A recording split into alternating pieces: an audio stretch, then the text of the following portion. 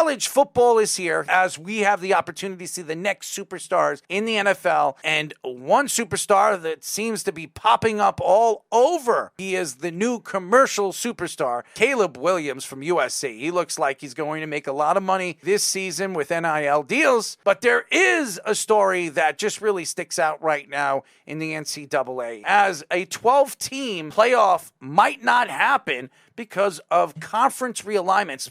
With everything going on with the NCAA, the SEC is adding new teams. The Big 12 is adding new teams. The Big 10 is here, and they're adding new teams. Before you know it, we'll have new teams and new colleges we've never even heard of. The ACC just added 2 new teams yesterday. Stanford and Cal heading to apparently the Atlantic Coast Conference. This is a very big story. We've been going back and forth with different analysts, and they love the 12-team college playoff, and now all of a sudden you're taking that away. What are you going to do, 8, 6? I think what college football should start doing is the NCAA March Madness tournament. You can't have 64 teams, but you can have about 16, 18 teams. That would be interesting. And you see the competition, and you're fighting for one thing, winning the national championship. That's what you want to see, and you have to earn it. This year could be very wide open. I know a lot of people think the Georgia Bulldogs are going to win a national championship again. The 2 teams that everybody's been talking about going into this year is Georgia and Michigan. As we know, Jim Harbaugh will be suspended for the first 3 games because of his stupidity and his big mouth. As good as Georgia is on paper, as good as Michigan is on paper,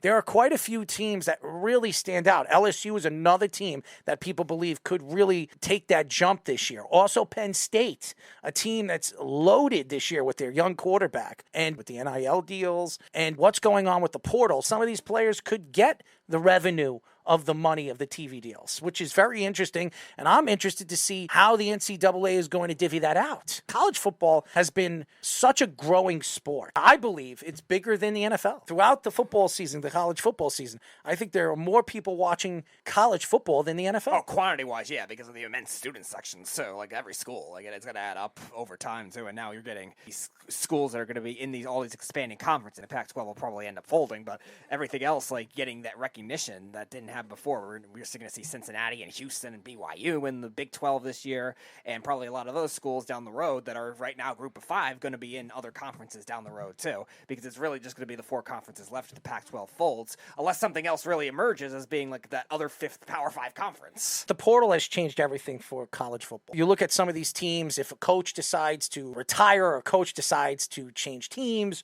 or he gets fired, in the olden days, you have to stay with that team for a certain amount of time before you go into the NFL. There is no way you can jump ship from one team to another. Now with the portal, every single year you can jump ship. You could play for USC, you could play for UCLA, you could play for Alabama if you want. It's crazy. I think Deion Sanders loves it, as everybody wants to portal their way to Colorado. And by the way, the story that came out just recently about Florida State and Deion Sanders is a very interesting story too, because Deion Sanders played for Florida State, and a lot of people believe that Deion Sanders, he could be the next Florida State head coach if something happens in the next 2 seasons, maybe by the end of this year. So he might flee Colorado, and there are a lot of coaches that have their own thoughts of the NIL deal. One of them is from Clemson, the other one's from Bama, Ole Miss. They don't like the NIL deals because they don't like players making money close to them. I look at college coaches right now, the amount of money these guys are making, some of them are making more money than NFL coaches. These coaches making all that money, they can make money off their players' names, but the players can't make money off their own. And the NCAA had to change it. So when you hear this story, I was expecting Reggie Bush, after this NIL deal broke, that one of these years that Reggie Bush was going to go and he was going to attack the NCAA and try to get his Heisman Trophy back. He's not welcomed at USC anymore because supposedly he cheated. They took away their championship. They took away wins just because he took money to help his family out. You're not betting on football. You're not betting on basketball. You've seen these stupid stories that 30 for 30 trying to attack the Mafia at the time that the Mafia was trying to destroy college basketball with Boston College. And now you look at the way college football, college basketball is now. Now you can actually pay a player to transfer. You could say, hey, listen, I'm going to give you $4 million